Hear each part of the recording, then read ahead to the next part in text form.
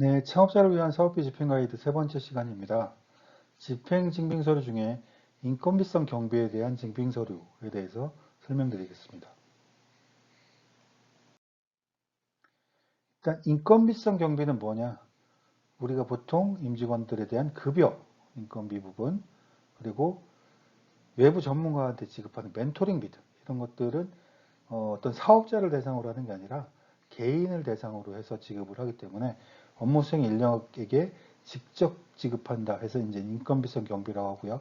이거는 상대방한테 세금 계산서나 이런 걸 받을 수가 없어요. 상대방이 사업자가 아니라서. 그래서 반드시 세법상 원천징수 의무를 이행해야 되는 부분이 좀 차이가 있습니다. 그래서 사용 용도를 보시면 인건비는 창업기업에 소속된 임직원에 대한 인건비로서 창업기업에 소속된 4대 보험 가입자만을 대상으로 합니다. 4대 보험이 가입되지 않으시면 인건비를 지급하실 수가 없어요. 그리고 간혹 이제 둘 이상 사업장에 소속된 직원들이 있는데 그때는 고용보험 가입이 필히 되어 있어야만 합니다. 고용보험 가입은 이제 주 사업장에 고용보험을 가입하게 되는데 창업지원 사업을 하는 사업장이 그 직원의 주 사업장이 되어야만 관련된 인건비를 인정하실 수가 있습니다. 그리고 인건비, 대표자 인건비는 이제 현물로만 집행이 가능하시고 대표자의 친족관계에 있는 임직원에 대한 인건비는 지급이 불가능하고 인건비 한도는 경력 직원들의 경우에는 전년도 근로소득 기준, 그러니까 전년도라고는 하지만 최근 3년간 근로소득 원천징수 영수증으로 확인이 되는 금액을 기준으로 하고 최고 3년간 근로소득이 없는 경우에는 업종 직급별 평균 연봉, 이게 이제 이 사이트 wage.go.kr 사이트에서 확인이 가능한데 이 사이트에서 확인되는 연봉 수준으로 책정하시면 되고요. 그 다음에 4대 보험 사업자 부담금을 포함해서 지급은 가능하지만 두루누루 지원금 등 이제 다른 지원 사업과 중복해서 지원되는 건 배제하기 때문에 그 부분만큼은 사업비로 집행하실 수가 없고요. 멘토링비는 전문가로부터 자문이나 멘토링을 받는 대가로 지급하는 수당인데 뭐 회의 수당일 수도 있고 자문수당, 멘토 수당, 강사료 어떤 명목으로든 나갈 수 있습니다. 멘토링비는 이제 각 사업별 세부관리 기준에서 이제 한도를 정하고 있는데 뭐 1회 1인당 1일 뭐 50만 원 한도다 뭐 이런 것들은 수당 지급 기준 그러니까 통합관리 지침에서도 수당관리 기준이나 이런 것들을 준용해서 보통은 1일 50만 원 정도를 가이드라인으로 보고 있고요.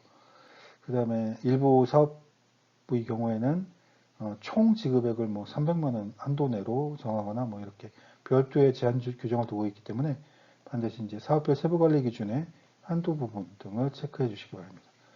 그리고 이런 인건비성 경비는 사업비 계좌에서 본인 명의 계좌에 이체하는 방식을 통해서 지급을 하셔야 돼요.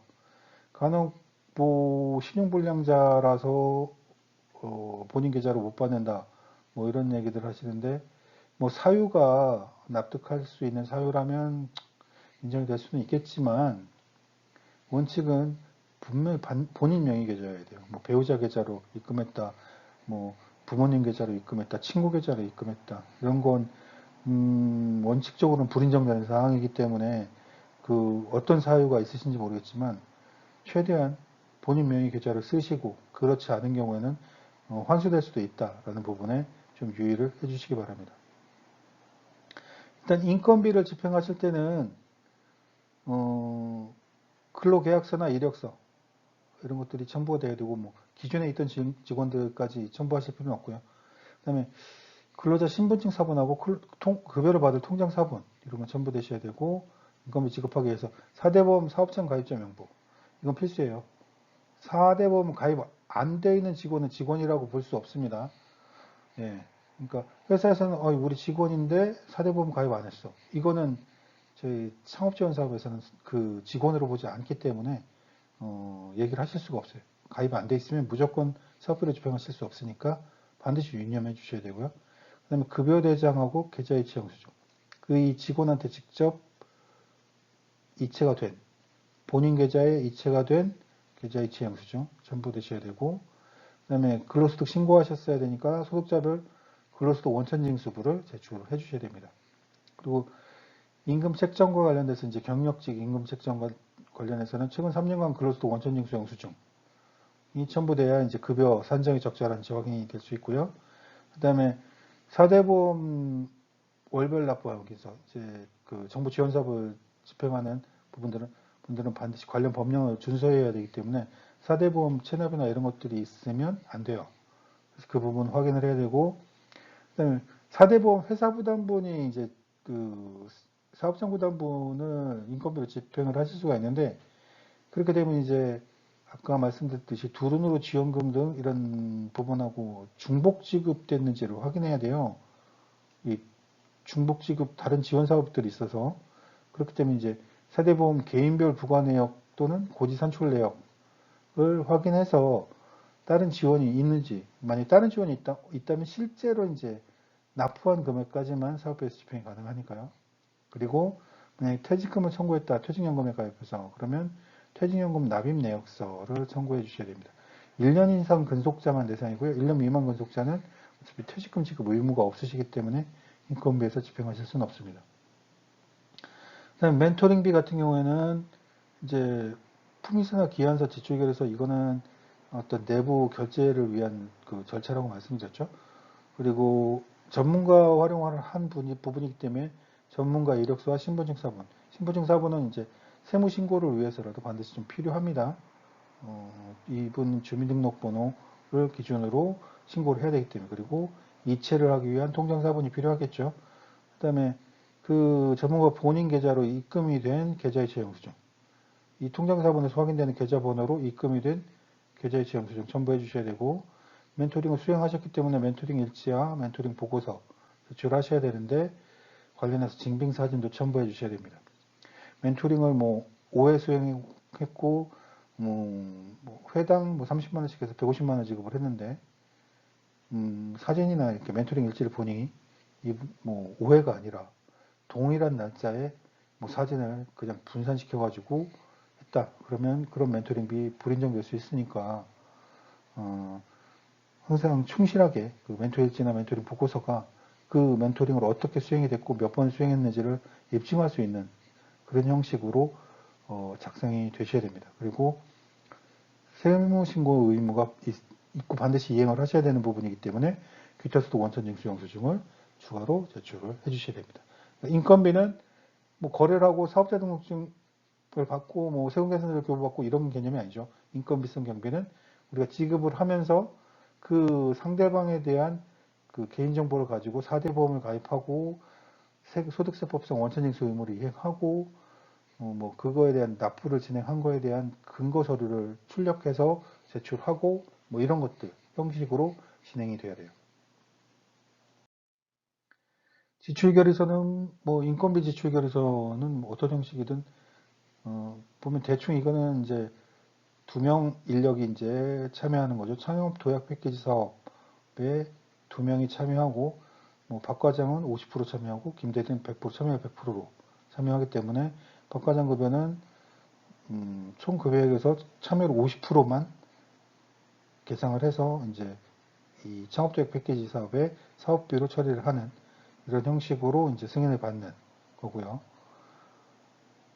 그리고 이게 급여대장인데 급여대장은 보통 기본급 그리고 뭐 수당, 식대, 비과세, 촬영해주기 뭐 이런 항목들 쭉 포함해서 총 금액이 있고 거기서 공제 금액, 뭐 4대 보험 공제, 소득세, 지방소득세 뭐 이런 것들 공제한 후에 차감후 금액이 있어요.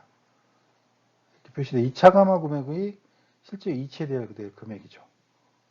그리고 보통 과제를 여러 가지 참여하시는 분들은 참여 인력별로 인건비 산정 내역, 그러니까 각 참여 인력의 매월 급여가 얼마였는데 이 사람의 참여율이 몇 프로라서 우리가 이 사업비에서 그 사업 인건비로 책정을 해서 집행한 게 얼마다 이런 것들을 별도로 정리된 양식으로 이제 계상을 하는 경우도 이제 종종 있습니다. 이제 R&D 사업들은 특히 이런 걸 작성을 하게 되는데 창업 지원 사업도 이제 참여율이 뭐 나눠지는 분들이 많다 그러면 작성을 해서 정리할 필요가 있습니다. 급여대장이랑 이체확인증을 다시 보면 이제 좀 보시면 이게 총 급여액이 75만 원인데 뭐 소득세, 지방소득세, 4대 보험 빼고 나서 실제 차감 지급액이 70만 원이다. 그러면 이체확인증을 보면 여기에 실제 이체 금액이 70만 원이겠죠. 간혹 회사들이 이제 75만 원 급여라고 이제 75만 원을 지급하는 경우가 있는데요. 그렇게 되면 다시 5만 원을 돌려받아야 돼요. 그래서 납부를 해야 되거든요. 이 원천징수된 부분은 납부 의무가 회사에 있기 때문에 이걸 다 주고 나서 5만 원을 돌려받는 게 좀 어렵죠. 반드시 급여대장을 작성을 하시고 나면 총 급여액에서 공제액을 빼고 차감 지급액이 나오면 그 금액을 이체하시고 이 공제된 금액 중에 소득세, 소득세는 국세청에, 주민세는 그 지방자치단체에, 4대 보험은 각 4대 보험 납부 고지서가 날라왔을 때 이렇게 납부를 해주셔야 돼요. 또 아까도 말씀드렸듯이 계좌이체 증명에는 입금하는 은행의 계좌번호, 입금은행 계좌번호, 입금주, 예금주 이 명칭이 반드시 확인이 돼야 되니까 그것 좀 유의해 주시고요. 그 다음에 기타 소득은 기타 소득 원천징수 영수증을 첨부해 주셔야 됩니다. 기타 소득 원천징수 영수증. 이건 이제 지급한 건에 대해서 일시적으로 지급하는 건이기 때문에 지급 총액, 날짜와 지급 총액, 세금 띄고 얼마 집행되는지가 나오는 거고, 그 다음에 매월 급여 지급하고 기타 소득 지급 같은 원천징수가 진행이 되면 원천징수 신고를 하고 원천징수 이행사항 신고서, 매월 원천징수 이행사항 신고서가 작성이 되게 되고요. 근로자들은 1년 동안 이제 급여 지급한 거에 대해서 합산해서 연말 2월 달에 연말정산을 진행하고 그리고 나면 근로소득 원천징수 영수증이라는 게 교부가 되죠. 그러니까 세금 신고를 정상적으로 진행을 하면 그 소득 수준과 규모와 이런 것들을 확인할 수 있도록 증빙서류가 이렇게 출력이 되어야 되고 첨부돼서 제출이 되어야 됩니다. 4대 보험 가입 내역을 확인하려면 보통은 이제 포인슈어 5화.kr이라는 사이트가 있어요. 이제 4대 보험 관련된 증빙을 여기서 팩스 받을 수 있고요. 그러니까 4대 보험 사업장 가입 내역 확인서 하면 직원별로 언제 가입했는지 날짜가 나오고요. 이걸 건강보험이나 연금에 전화로 해서 팩스 민원으로 신청을 하셔도 관련된 서류들을 받을 수 있고요. 기타 소득 원천징수 영수증은 이제 우리가 멘토링비 같은 경우 지급할 때 원천징수 멘토링비가 이제 집행 건당 10만 5천 원 이상이면 기타 소득에 대해서 우리가 세율 현재 8.8%를 원천징수하고 집행을 하셔야 되고 집행하고 나면 이제 홈택스에서 기타 소득세 관련된 신고를 하고 홈택스에서 그리고 소득세의 10%인 지방소득세에 대해서는 위택스에서 지방세 신고 납부를 하게 됩니다. 그래서 이런 원천징수와 신고 납부 의무가 있다는 거, 그리고 이걸 이행하고 관련된 증빙서류를 제출하셔야 된다는 거 좀 유념해 주십시오. 그리고 4대 보험 사업장 부담금 지급 시, 이건 뭐냐면 인건비에서 회사가 4대 보험은 근로자가 반 부담하고 회사가 반 부담하는데 근로자 부담분은 이걸 따로 제출하실 필요가 없어요.